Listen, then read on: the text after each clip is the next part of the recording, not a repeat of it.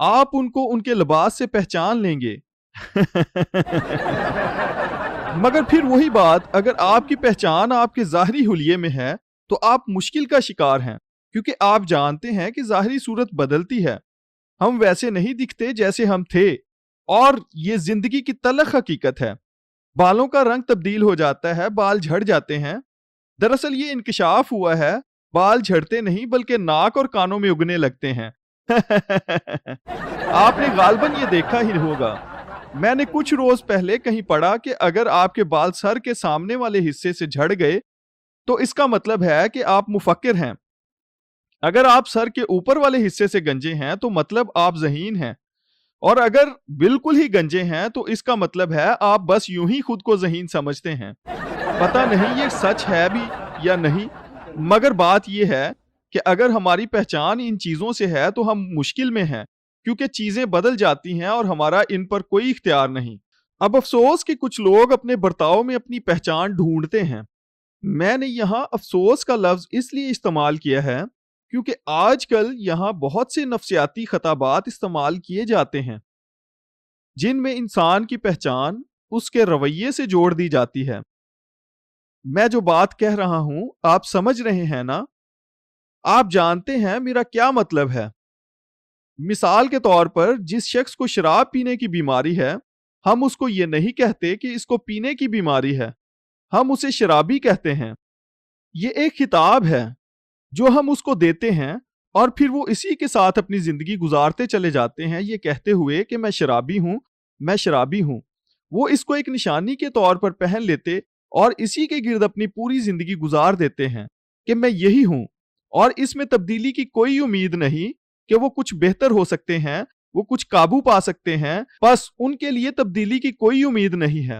نفسیاتی خطابات انسان کو نہیں بلکہ اس کے رویے کو بیان کرتے ہیں۔ ایک جوان عورت یہ نہیں کہے گی کہ اسے بھوک نہ لگنے کی بیماری ہے، بلکہ کیا کہے گی؟ میں بھوک کی کمی کا شکار ہوں۔ اور کوئی یہ نہیں کہے گا کہ بچپن میں مجھ سے بدسلوکی ہوئی، بلکہ میں جسمانی زیادتی کا شکار ہوں۔ وہ اس کو نشانی کی طرح پہنتے ہیں اور اپنی زندگی اس کے گرد گزارتے ہیں۔ نفسیاتی خطابات خطرے کی گھنٹی ہیں، کیونکہ روز بروز ان میں اضافہ ہوتا چلا جا رہا ہے، فہرست طویل تر طویل ہوتی چلی جا رہی ہے، اور میرے پاس اس کے باقاعدہ اعداد و شمار ہیں کہ یہ کس طرح ہر سال بڑھ رہے ہیں۔ ایک روز میں گولڈن کوسٹ سے گاڑی چلا کر جا رہا تھا کہ میں نے ریڈیو پر سنا کوئی کہہ رہا تھا، کیا آپ کچھ عرصے سے مایوسی محسوس کر رہے ہیں؟ ہو سکتا ہے آپ تبدیلی موسم کی بیماری کا شکار ہوں۔ افسوس، تبدیلی موسم کی بیماری۔ ہم گولڈن کوسٹ میں رہتے ہیں، سال کے 300 روز سنہرے سورج کی روشنی ہر روز آپ کے لیے ہے، تو پھر موسمی تبدیلی کیا ہے؟ یہ کچھ ایسا ہے جو خون میں داخل ہو جائے۔ کیا یہ بیماری ہے جس کا شکار آپ ہو سکتے ہیں؟ تبدیلی موسم کی بیماری۔ اور پھر میں گھر گیا تو رات کو میں نے حالات حاضرہ کے پروگرام کی گفتگو میں سنا، کیا آپ کسی کو جانتے ہیں جس کو غصے پر قابو نہ ہو؟ خیر، ان کے ساتھ تحمل سے پیش آئیں، کیونکہ ہو سکتا ہے انہیں اندر کے ابلتے ہوئے دھماکے کی بیماری ہو۔ یہ کیا ہے؟ کیا یہ کھیل ہے؟ بس میں نے ڈھونڈنے کی کوشش کی، میں نے ان نفسیاتی خطابات کی تلاش کی اور فہرست تیار کی کہ مجھے کچھ مدد مل سکے، اور پھر ایک چیز ملی جو واقعی میری تحقیق کو بیان کر سکتی تھی، اور وہ یہ تھی نوزائیدہ رجت کی بیماری۔ اسی لیے میں ایسا برتاؤ کرتا ہوں۔ کیا آپ سمجھ سکتے ہیں جو میں کہنے کی کوشش کر رہا ہوں؟ کچھ ہو سکتا ہے جو آپ پس پشت چھپاتے ہیں، بہتری کی امید کے بغیر۔ پس کیا چیز آپ کو بیان کرتی ہے؟ آپ اپنی پہچان کس چیز سے حاصل کرتے ہیں؟ آپ بطور مسیحی، مجھے یہ دوبارہ پڑھنے دیجئے، ہم بطور مسیحی اپنی پہچان اپنی کامیابیوں، رویے یا ظاہری شکل و صورت یا دوسروں کی قبولیت سے حاصل نہیں کرتے۔ ہماری پہچان اس سے منسلک ہے جس سے ہم پہچانے جاتے ہیں۔ ہم آج کی صبح اسے دیکھنے جا رہے ہیں، کیونکہ یہ نہایت اہم حقیقت ہے جس کا آج ہم مطالعہ کریں گے۔ جہاں تک خدا کا تعلق ہے، ہم اس کے حضور ان دونوں میں سے کسی ایک کے ساتھ منسلک ہیں، یعنی آدم یا مسیح۔ ہم اپنی زندگی کے سفر کا آغاز بطور انسان کرتے ہیں جو آدم میں سے ہیں۔ آدم نسل انسانی کا سربراہ ہے۔ ہم آدم سے آئے ہیں۔ جب خدا نے آدم کو تخلیق کیا تو بائبل کہتی ہے کہ اس نے اسے اپنی شبیہ پر بنایا۔ در حقیقت جب ہم پیدائش 5 باب پہلی آیت دیکھتے ہیں تو اس میں لکھا ہے، یہ آدم کا نسب نامہ ہے۔ جس دن خدا نے آدم کو پیدا کیا تو اسے اپنی شبیہ پر بنایا۔ اب خدا کی شبیہ میں بننے کا کیا مطلب ہے؟ تاکہ دنیا دیکھ سکے کہ کیسے خدا کا اخلاقی پہلو انسان کے ذریعے سے نظر آتا ہے۔ خیر صرف انسان کے پاس ہی جسم، جان اور روح ہے نا؟ پھول پتوں کی ساخت ہے۔ جانوروں کے متعلق بائبل کہتی ہے کہ ان کے پاس جسم اور جان ہے، مگر ہمارے پاس روح، بدن اور جان ہے۔ ایسا کیوں ہے؟ کیونکہ ہماری تخلیق اس لیے ہوئی کہ ہم میں کوئی بس سکے۔ ہماری تخلیق منفرد انداز میں ہوئی تاکہ خدا ہم میں بس سکے اور ہم میں سے ہو کر زندگی گزارے۔ ہم جانتے ہیں کہ آدم نے گناہ کیا اور خدا نے انسانی روح کو خالی کر کے اس کی روح کو تاریکی کے حوالے کر دیا۔ بس اب آدم کی ایک نئی شکل ہے، اس میں خدا کا اخلاقی عکس نہیں، کیونکہ اب خدا اس میں نہیں۔ خدا نے انسانی روح چھوڑ دی ہے اور وہ دراصل روحانی طور سے مردہ ہے۔ اب وہ تاریکی میں ہے اور اب اس کی ایک شبیہ ہے جو کہ گناہ ہے۔ بائبل اسے کہتی ہے گناہ، بلکہ اس کے لیے زیادہ بہتر لفظ ہوگا خود انحصاری۔ یہ خدا سے جدا ہو چکا انسان ہے۔ انسان خدا سے آزاد اور خود پر منحصر ہے۔ خود انحصاری یہ گناہ کی اچھی تعریف ہے۔ ہم سب بھٹکی ہوئی بھیڑوں کی طرح ہیں۔ ہم سب کس طرف مڑ گئے ہیں؟ اپنی راہ پر۔ کیا آپ کو پتہ ہے ایک اندازے کے مطابق برطانیہ میں جنازوں کے موقعوں پر سب سے زیادہ گایا جانے والا گیت ہے میں نے اپنے طریقے سے کیا، جو اس کا خلاصہ کرتا ہے کہ ہم نے اس کے بتائے طریقے سے نہیں کیا، ہم نے اپنے طریقے سے کیا۔ یہ خدا سے جدا انسان ہے، خود انحصاری یعنی خود۔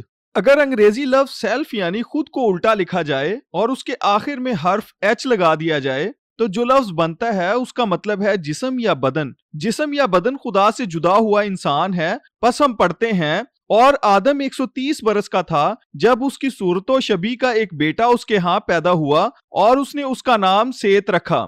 اس کی اپنی شبیہ پر، خدا کی شبیہ پر نہیں، اس کی اپنی شبیہ پر جو اس نے نسل انسانی کو منتقل کی ہے۔ یہ گناہ کہلاتا ہے۔ ہم گناہ کی فطرت میں پیدا ہوئے۔ یہ کہاں سے آیا؟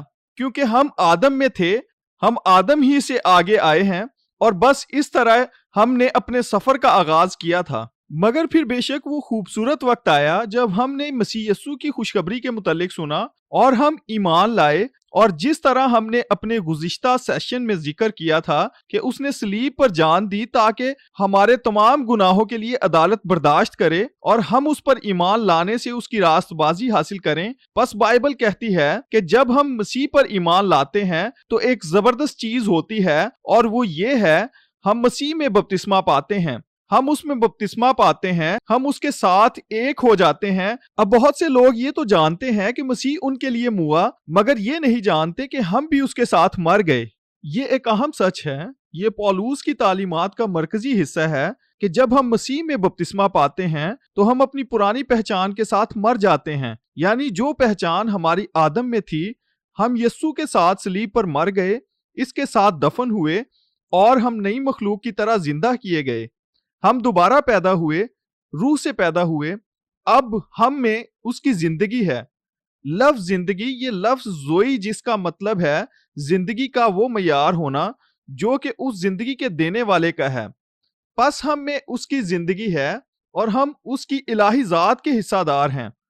خدا واپس آیا کہ ہم میں بس سکے اور اب ہم یہی ہیں۔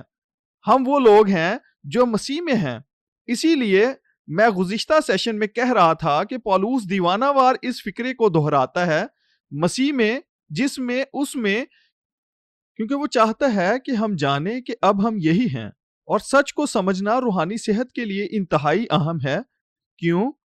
کیونکہ ہم جو کرتے ہیں وہ اس بات کا یقین نہیں کرتا کہ ہم کون ہیں، بلکہ یہ جاننا کہ ہم کون ہیں اس بات کا یقین کرتا ہے کہ ہم کیا کریں گے۔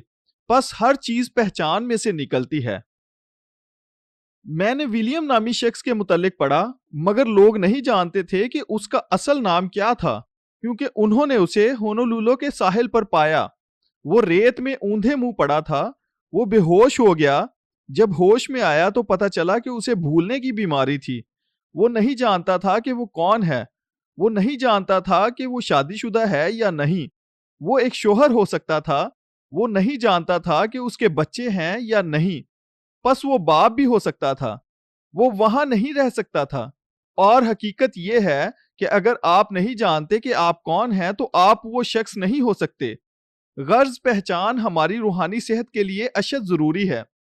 اگر ہم جانتے ہیں کہ ہم کون ہیں تو ہم وہ لوگ ہو سکتے ہیں، ہم وہ زندگی گزار سکتے ہیں۔ میں نے ایک کہانی سنی اور آپ میں سے اکثر لوگ جانتے ہیں، میں نے وہ پہلے بھی سنائی ہے۔ ایک آوارہ شخص نہایت پریشان خودکشی کا خیال لیے سڑک کے کنارے چل رہا تھا اور وہ ایک گٹر پر جا بیٹھا جو کہ ایک مصور کے اسٹوڈیو کے بالکل سامنے تھا۔ مصور کا دھیان اس پر پڑا اور اس نے اس کا خاکہ بنانا شروع کر دیا۔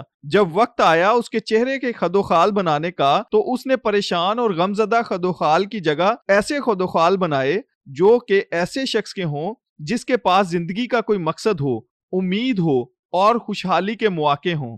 پھر اس نے اس آوارہ کو اپنی جانب بلا کر کہا کہ اسے دیکھو، یہ تمہاری تصویر ہے۔ آدمی کچھ دیر اس کی طرف دیکھتا رہا اور جتنا وہ اس کو دیکھتا رہا اس کے چہرے پر خوشی آتی چلی گئی، حتیٰ کہ اس کا چہرہ خوشی سے کھل اٹھا اور اس نے کہا، میں؟ کیا یہ میں ہوں؟ اس نے کہا، میں جاؤں گا اور یہ آدمی بنوں گا۔ پس پولوس اپنے خطوط یوں لکھتا ہے، یہ ہی تبدیلی کی طرف رہنمائی کرتا ہے، یہ نئے عہد نامے کی تبدیلی کا ذریعہ ہے، یہی تبدیلی کہلاتی ہے۔ دنیا رویوں کی تبدیلی سے بدلاؤ لانے کی کوشش کرتی ہے، بیرونی حالت تبدیل کرنے کی کوشش کرتی ہے، زندگی کے باہر کی صفائی کرتی ہے، سامان کی ترتیب بدلتی ہے۔ ایسا ہی ہے نا؟ مگر خدا صرف حقیقی سچائی دیکھتا ہے۔ خدا ہماری پہچان کے متعلق سچائی کو ہمارے دل پر تحریر کر دیتا ہے اور بالآخر ہماری زندگیاں اس سچائی کے ساتھ تبدیل ہوتی جاتی ہیں جو ہمارے دل میں ہے۔ ہماری زندگیوں سے وہ سچائی ظاہر ہونا شروع ہو جاتی ہے جو ہمارے پاس ہے۔ آپ کا دماغ آپ کی زندگی کو اس تصویر کی طرف موڑ دیتا ہے جو آپ کے پاس ہے۔ اور پولوس کا خطوط لکھنے کا ایک منفرد انداز ہے۔ وہ پہلے کچھ ابواب میں بتاتا ہے کہ ہم ہیں کون اور جب سے آپ مسیحی بنے آپ کے ساتھ کیا ہوا۔ مگر ہم نصیحت چاہتے ہیں، آپ کو یہ کرنا ہوگا، یہ کرو، اور ہم کام میں لگ جاتے ہیں، کام اور لوگ یہ کرنے کی کوشش کرتے ہیں یہ جانے بغیر کہ وہ ہیں کون۔ مگر پولوس اس کو مختلف انداز میں کرتا ہے۔ وہ کہتا ہے، نہیں، تم یہ ہو، اب وہ بنو جو تم ہو، جو زندگی تم میں ہے اسے عملی طور پر باہر آنے دو اور ایسا کرتے رہو۔ بہت سے مسیحی اس حقیقت کے ساتھ مشقت کرتے ہیں کہ ان کی پہچان تو نہیں ہے مگر ان کی ذہنیت پرانی، یہ سوچ پرانی رکھتے ہیں۔ مجھے اس کی بہترین مثال یاد ہے۔ بنی اسرائیل جب وہ طویل عرصہ مصر میں تھے، کئی سو سال وہ غلام تھے، یہ ان کی پہچان تھی اور یہی ان کا سوچنے کا طریقہ۔ 400 سال سے زائد عرصہ گزرنے کے بعد وہ آزاد کیے گئے، انہیں مصر سے باہر لایا گیا، وہ آزاد تھے۔ مگر مسئلہ یہ تھا کہ وہ ابھی بھی اسی طرح سوچتے تھے۔ جب وہ مصیبت کا سامنا کرتے تو بھلا کیا کرتے تھے؟ وہ کہتے تھے، چلو مصر واپس چلیں، ہمیں کبھی بھی خود مشکلات سے نپٹنا نہیں پڑتا تھا۔ ہمارے حاکم ایسا کرتے تھے، ہم صرف وہ کرتے تھے جو ہمیں کرنے کو کہا جاتا تھا۔ ہم اینٹیں بناتے تھے، سب کام کرتے تھے مگر مسائل کو حل نہیں کرتے تھے۔ ہم مسائل حل نہیں کر سکتے، چلو مصر واپس چلیں۔ بہت مشکل، نئی پہچان پر پرانی ذہنیت۔ اور اسی وجہ سے مسیحی زندگی میں ہمارا کام اپنی سوچ کو بدلنا ہے۔ بائبل کہتی ہے، عقل کے نئے ہونے سے صورت بدلتے جاؤ۔ اپنے متعلق سوچنے کا انداز بدلو، اپنی سوچ اس سچائی کے مطابق ڈھال لو کہ اب تم ایک نئی مخلوق ہو۔ مجھے یاد ہے ایک دفعہ ایک خادم نے پوچھا، کیا ہم ایک ساتھ دعا کر سکتے ہیں؟ بس ہم ہر ہفتے دعا کے لیے ملنے لگے۔ ایک دفعہ صرف میں اور وہ میرے دفتر میں دعا کر رہے تھے، میں یہ کبھی نہیں بھولوں گا۔ اس نے کہا، خداوند، ہم اس دفتر میں صرف 2 کیڑے ہیں۔ میں نے سوچا، اپنی بات کرو، میں تو کیڑا نہیں، یہ کیڑے کی تعلیم کہاں سے آئی؟ یسایہ کی کتاب میں ایک جداگانہ آیت ہے جو یہ کہتی ہے، مگر تم یعقوب محض ایک کیڑا ہو، اور لوگ اس سے کیڑے کی تعلیم ترتیب دے لیتے ہیں۔